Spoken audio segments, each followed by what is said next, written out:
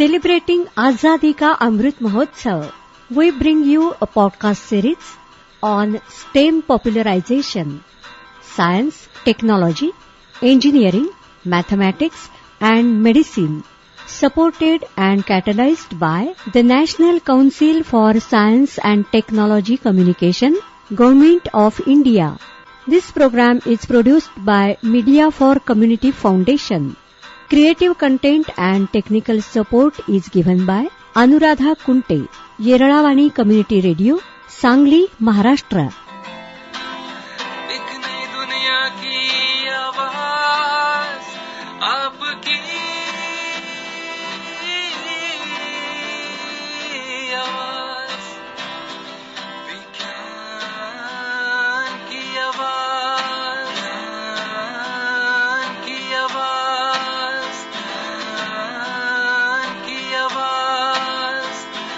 नमस्कार, आप सुन रहे हैं स्टेम पॉपुलराइजेशन पॉडकास्ट। हमारे किसान भाई उनके खलिहानों को कवक से होने वाली बीमारियों से बचाते आए हैं। तो ये कवक क्या होते हैं, ये जानना हमारे लिए जरूरी हो जाता है। इस पॉडकास्ट में हम इसी विषय पर बात करेंगे। तो मिलते हैं वैज्ञानिक डॉक्टर पारस राव सिंह जी से। डॉक्टर पारस राव सिंह जी ने गोरखपुर विश्वविद्यालय से वनस्पति विज्ञान में एमएससी पीएचडी किया है और इनका स्पेशलाइजेशन कवक यानी फंगाई टेक्सोनोमी ये है। डॉक्टर पारस राव जी आगरकर रिसर्च पुणे इंस्टीट्यूट में कवक विज्ञान विभाग में 20 सालों से काम कर रहे हैं। तो हम डॉक्टर जी से गुजारिश करते हैं कि हमें कवक के बारे में समझाएं और इस पर आपका अनुसंधान क्या है, ये भी सरल शब्दों में बताएं।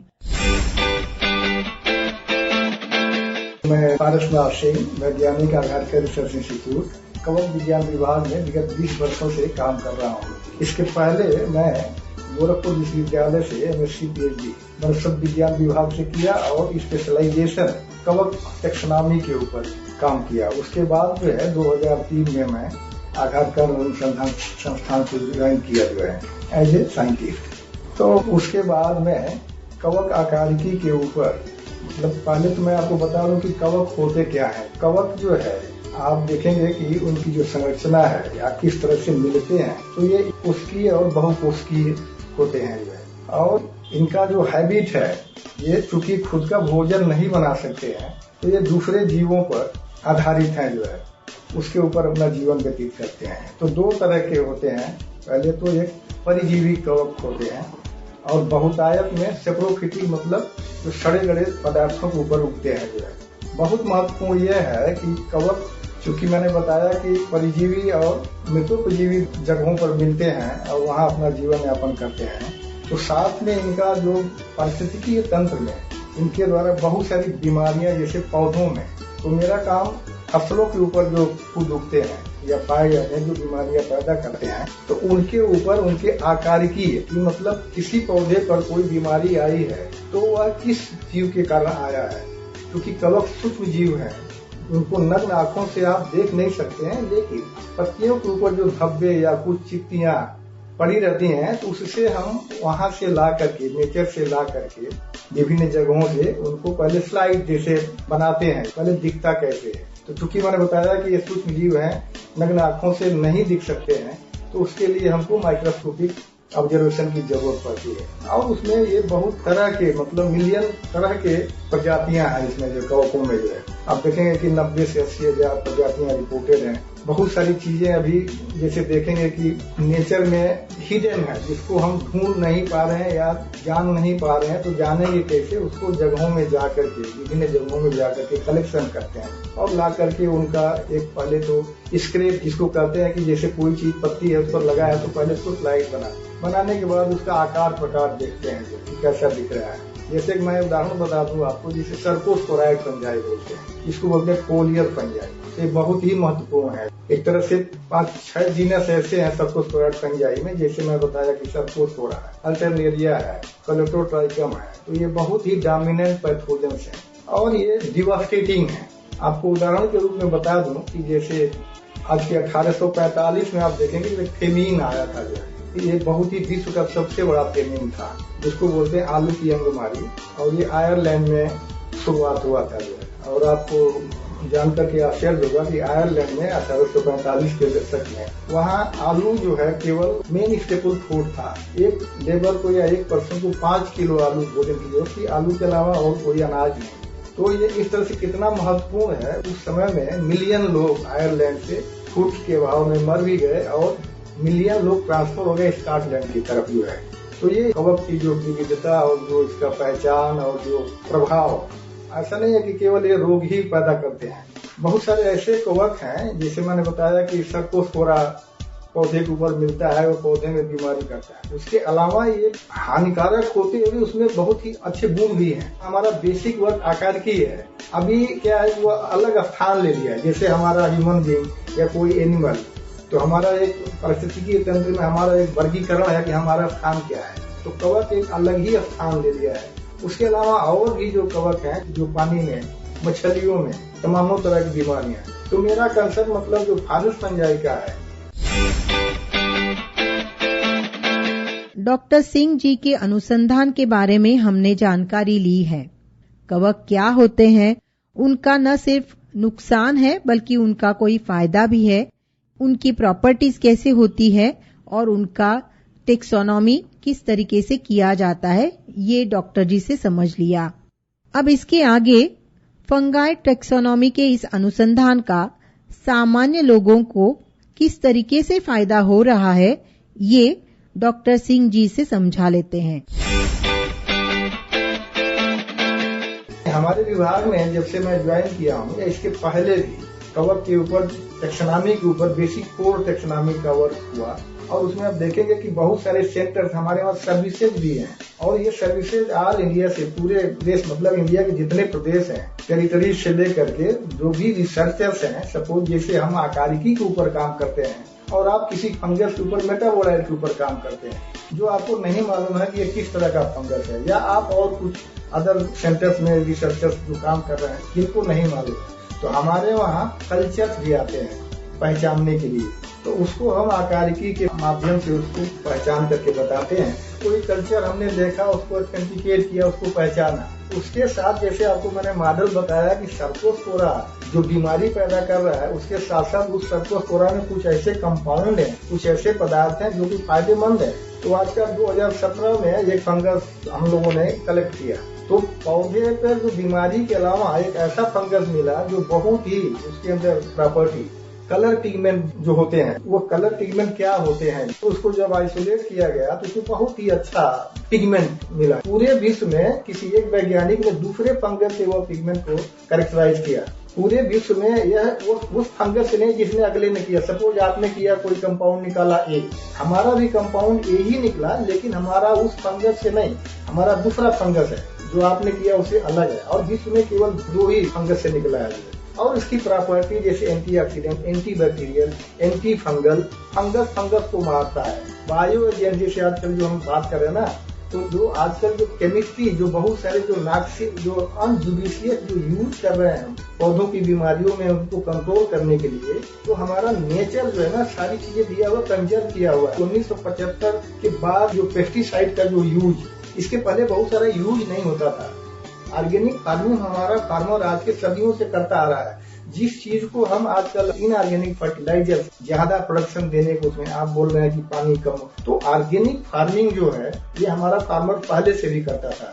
ट्राइकोडर्मा फंगस है जो फर्टिलाइजर के यूज में, अंग्रेजी खाद जो डाल रहे हैं उसमें जैसे फास्फेट होता है, फास्फेट वो पूरा यूटिलाइज नहीं कर पाता है पौधा, धुल करके वो जमीन के नीचे चला जाता है। हमारा जो माइक्रो ऑर्गेनिज्म फंजाई जो है वो उस फास्फेट को आयनिक स्टेज में ला करके एक पारस्परिक जैसे कवक और जो भी उसमें रसायन, उसको एक इंट्रैक्शन करके सॉल्युबलाइज फॉर्म में करता है, जो कि इको फ्रेंडली अप्रोच। हमारा फंजाई जो है इको फ्रेंडली अप्रोच उसके बहुत ज्यादा है।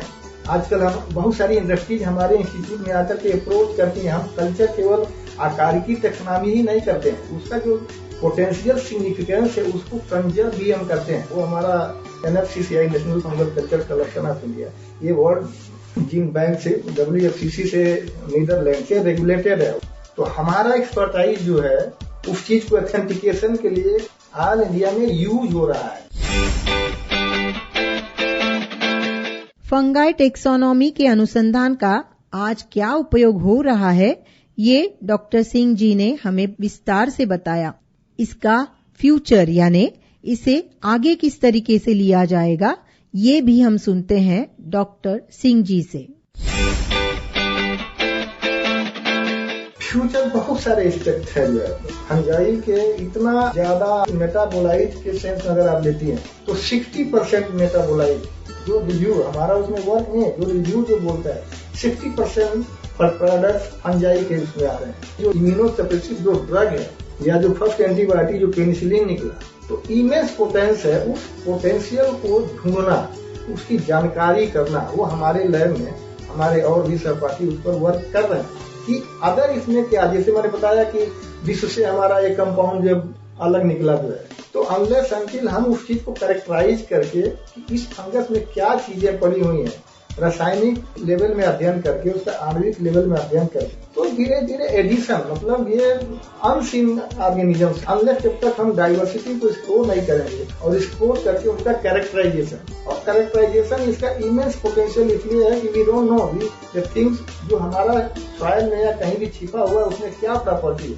तो दैट प्रॉपर्टी हमारे वहाँ वो वर्क भी कर रहे हैं। बायोडाइवर्सिटी में इंडिया का 8वां स्थान है वेस्टर्न घाट, इतनी हिडन प्रॉपर्टी है और कवक में बहुत ही ज्यादा क्षमता है।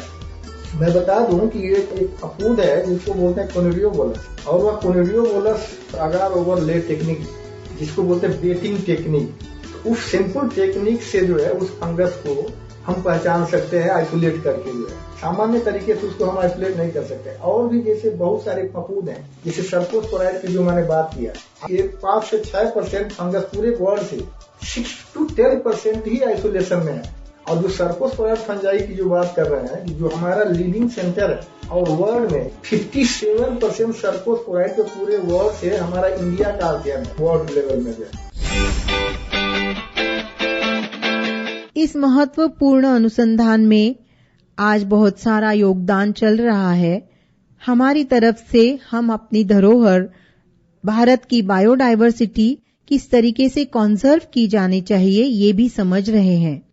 इस महत्वपूर्ण विषय का पब्लिकेशन और इसी विषय पर जागतिक स्तर पर कैसे अनुसंधान हो रहा है, उस पर हम कैसे स्थान रखते हैं, ये भी डॉक्टर सिंह जी से सुनते हैं। मेटाबोलाइट पर भी एक पब्लिकेशन, मतलब टोटल 65 पब्लिकेशंस हैं। और उसके साथ ही इम्पैक्ट फैक्टर, आजकल देखेंगे कि रिसर्च में इम्पैक्ट फैक्टर और करस्पॉन्डिंग अदर बहुत सारी चर्चा होती है, तो ऑलमोस्ट 195 के ऊपर इम्पैक्ट फैक्टर है। और फंगल डाइवर्सिटी जो वर्ल्ड का जो जाना माना टेक्सोनॉमी, आजकल टेक्सोनॉमी में पब्लिकेशन करना बहुत ही कठिन भी है, और जो एक्सपर्टाइज जो हम है उस चीज को यूटिलाइज कर रहे हैं। और रिसर्च के मामले में हम 4 ही फेल करते हैं। पहले फेल में चाइना है, उसके बाद यूके है और यूएसएसआर। धन्यवाद डॉक्टर पारस राव सिंह जी, हमारे साथ स्टेम पॉपुलराइजेशन पॉडकास्ट में जुड़ने के लिए बहुत बहुत धन्यवाद। आइए हम सुने विज्ञान की अनकही कहानियां, आइए हम सुने विज्ञान की अनसुनी कहानियां, एक नई दुनिया की आवाज आपकी आवाज, विज्ञान की आवाज, की आवाज। Celebrating Azadi Ka Amrit Mahotsav, we bring you a podcast series on STEM popularization, science, technology, engineering, mathematics and medicine, supported and catalyzed by the National Council for Science and Technology Communication, Government of India. This program is produced by Media for Community Foundation. Creative content and technical support is given by Anuradha Kunte, Yerlavani Community Radio, Sangli, Maharashtra.